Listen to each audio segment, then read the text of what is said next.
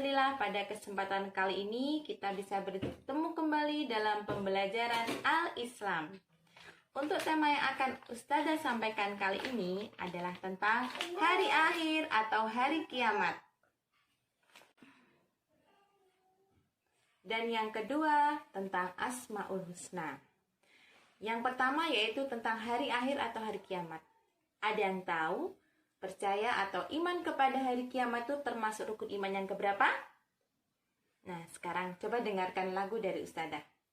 Ayo teman-temanku semua, marilah menghafalkan rukun iman.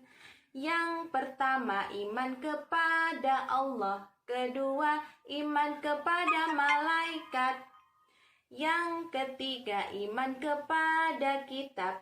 Keempat, iman kepada Rasul. Yang kelima, iman pada hari kiamat. Yang keenam, iman pada qada dan qadar. Nah, rukun iman.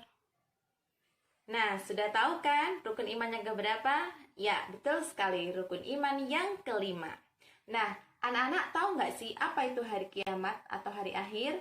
Nah, hari akhir atau hari kiamat itu adalah hancurnya alam semesta. Ada nama-nama lain hari kiamat. Ya, ada Yaumul Ba'ats, Yaumul Mahsyar, Yaumul Jaza, Yaumul Hisab, dan Yaumul Mizan. Supaya anak-anak bisa cepat menghafal, Ustazah nyanyikan ya. Yaumul Ba'ats, hari kebangkitan.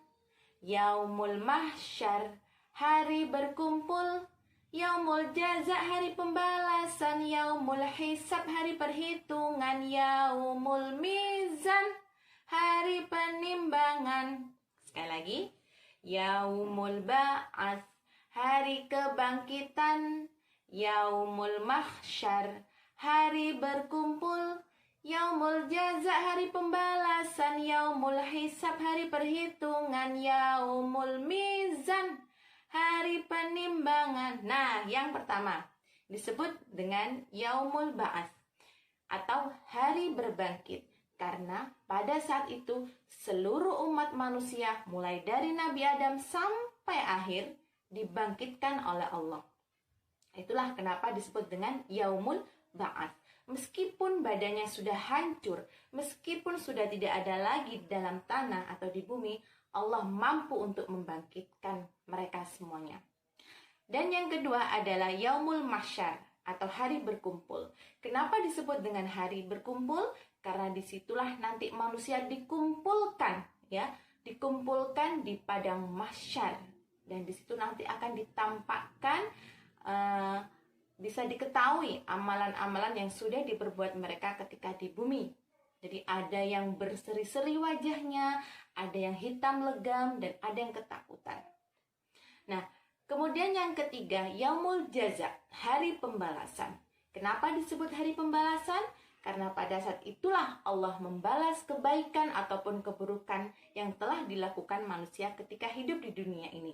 Sekecil apapun perbuatan yang dilakukan oleh manusia pasti akan ada balasannya. Kemudian Yaumul Hisab, hari perhitungan. Hisab, berhitung.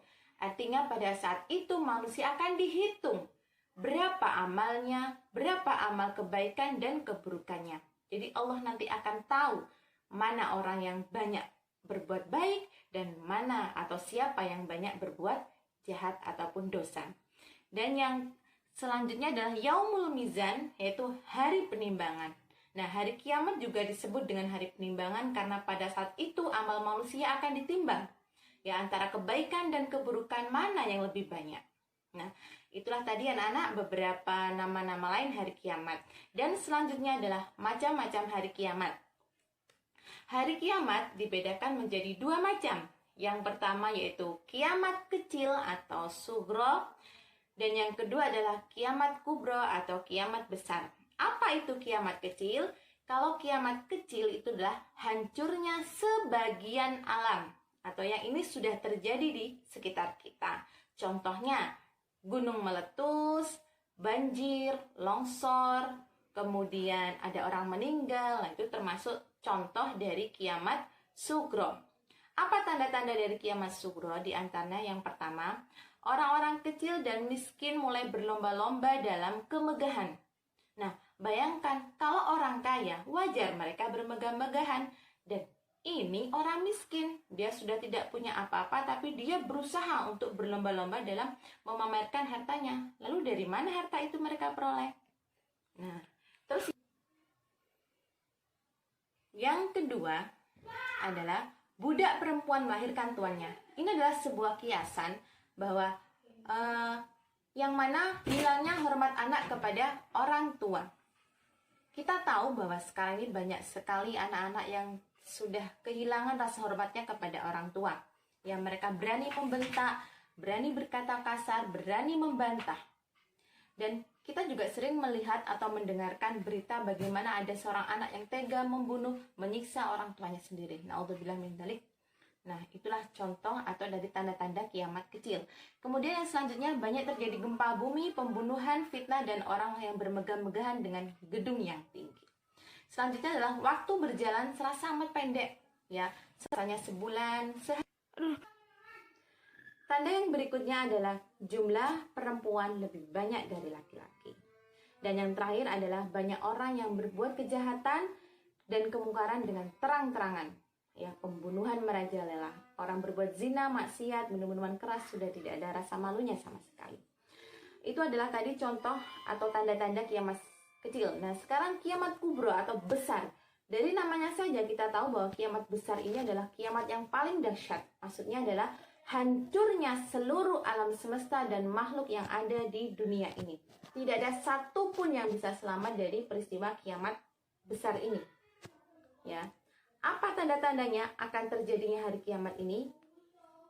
Yang pertama adalah terbitnya matahari dari arah barat, turunnya Nabi Isa ke bumi, munculnya makhluk Allah yang bernama Ya'juj dan Ma'juj, keluarnya Dajjal, dan keluarnya binatang yang dapat berbicara seperti manusia. Itu adalah tadi contoh-contoh ataupun tanda-tanda datangnya hari kiamat besar. Lalu, kapan terjadinya atau datangnya hari kiamat? Wallahu a'lam. Tidak ada satupun yang tahu kecuali hanyalah Allah yang Maha Kuasa dan yang Maha Esa. Kemudian proses terjadinya hari akhir. Yang pertama, itu manusia akan dibangkitkan dari alam kubur. Ya, mulai dari awal sampai akhir kehidupan manusia akan dihidupkan kembali, dibangkitkan kembali. Lalu setelah itu mereka dikumpulkan di padang mahsyar, lalu diperhitungkan dan ditimbang amal manusia, dan terakhir pembalasan amal yang dilakukan. Dilihat orang ini layak nggak, layak masuk ke surga atau layak masuk ke neraka. Tinggal pilih, disitulah hari penentuan hidup kita nanti di akhirat. Nah, sekarang tentang surga dan neraka. Kalau orang itu baik, amalnya banyak, ya, kemudian dia rajin sholat, soleh dan soleha, banyak berbuat kebaikan, maka Allah menjanjikan tempat yang sangat mulia, yaitu surga. Nah, ada beberapa nama lain dari surga, yaitu ada yang namanya Jannatul Ma'wa, Jannatul Aden, Darul Khulud, dan Jannatul Firdaus. Nah, selain Darussalam, Jannatul Naim, dan Darul Maqamah. Sedangkan neraka, apa itu neraka? Neraka adalah tempat yang sangat mengerikan yang Allah siapkan bagi orang-orang yang durhaka dan orang-orang yang banyak berbuat dosa. Ada nama-nama lain tempat neraka. Yang pertama adalah ada neraka Hawiyah, neraka Ladhah, Sa'ir, Saqar, Hutomah, Wa'il, Jahannam, dan neraka Jahim. Itu tadi anak-anak pembahasan tentang hari kiamat. Nah, sekarang tentang Asmaul Husna. Sekilas, ini ada materi sekilas tentang Asmaul Husna, bahwa Asmaul Husna itu artinya adalah nama-nama Allah yang baik. Ada berapa jumlah Asmaul Husna? Ya, betul, 99. Dan di sini ada beberapa contohnya. Yang pertama adalah Al-Muqaddim dan Al-Muakhir, yang artinya mendahulukan dan mengakhirkan. Al-Awwal dan Al-Akhir, yang artinya pertama dan yang terakhir. Al-Zahir dan Al-Batin, artinya Allah itu maha nyata dan tersembunyi. Al-Wali, artinya Allah maha pelindung. Al-Muta'ali, artinya Allah maha tinggi. Al-Bar, artinya Allah Maha berbuat baik, dan yang terakhir at-tawwab artinya Allah Maha penerima taubat. Itulah tadi pemirsa ataupun anak sekalian ringkasan ataupun materi yang ada di buku Al-Islam kelas 5 bab 2. Semoga bermanfaat. Alhamdulillahirabbil alamin. Subhanakallahumma wa bihamdika asyhadu an la ilaha illa anta astaghfiruka wa atubu ilaik. Assalamualaikum warahmatullahi wabarakatuh.